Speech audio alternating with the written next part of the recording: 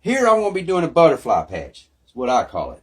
Got an 8" by 8" square, roughly. So what you want to do here, you want to take and you want to cut all the way across again. And try and keep it straight in the square. You want to try and keep it straighter. But it's not rocket science. And plus, you do not want to go all the way through. We're not going to do that. Then what we do is we just kind of break it gently like that. Break it like that and start peeling it.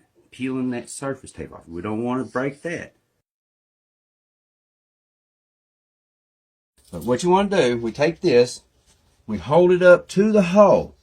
You want to center it in the hole like that. And this is how to get a perfect fit every time. You take your pencil and you outline the square.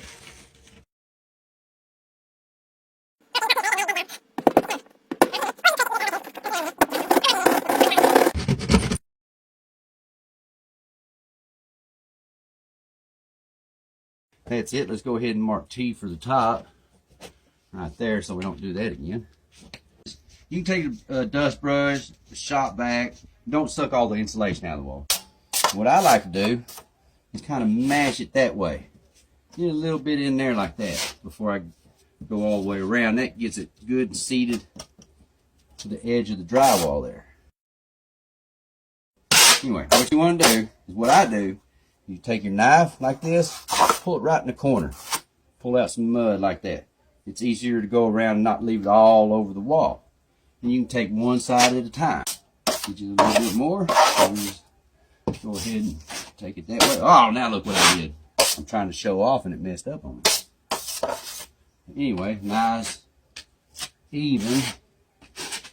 You don't want to spend all day on it, but you don't want to be too messy with it either. And since we already got our top marked, we already know which way it goes in. We want to get it in there, but put it in there till you got it as even with the sheetrock as you can with this rock, like that.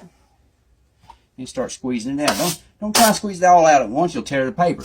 Just kind of lay it down at first. Let it relax a little bit. Let it soak up a little bit of that moisture. And then take and angle your knife a little bit. Have it angled this way and this way. It'll squeeze that mud out, just like that. You don't want to go too hard. You will rip that paper. Think about how soft paper gets when it's wet. This is wet. Do it just like that. So you do that and you let it dry. Alright, we're back. Now that the patch is dry, we're going to put we're going to put our first coat on it. And what we're going to do is we're going to use a 10" knife so we can spread it out. The further you spread it out, the less of a hump it appears. You're tricking the eye. The hump is still there. You're just spreading it out so your eye doesn't see it. So what I like to do is check and see just how much mud I'm going to need so I'll have an idea.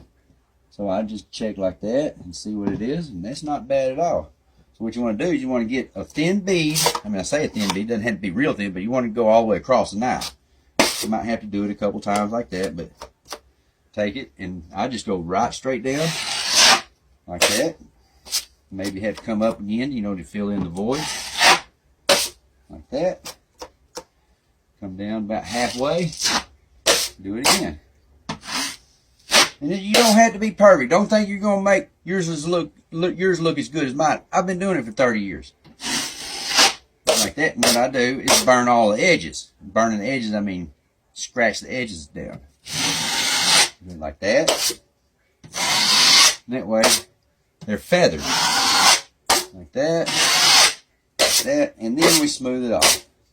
And you want to keep more pressure on this side of the knife than you do in the middle, because you don't want to make a knife groove in the middle.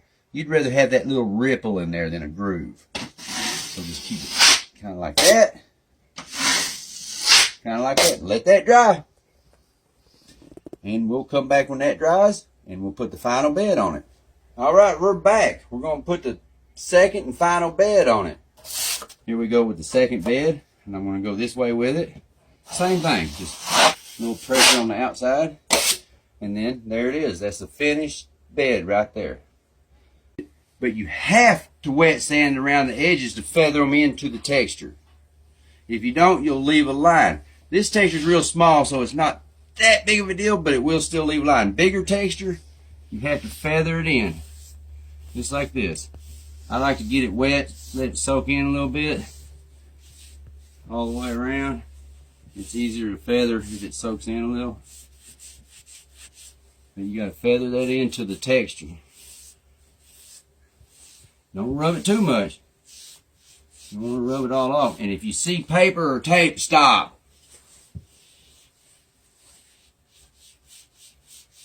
Just like that.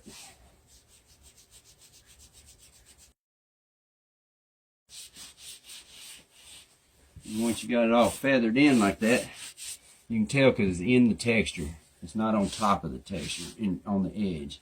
It's down in and it won't leave a line. People think we're magic, but this really isn't magic, is it?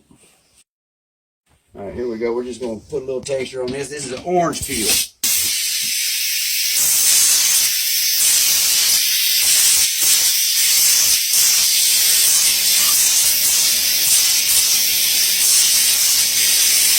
I always like to feather it out a little bit. One more little hit like that. And when that dries, perfection.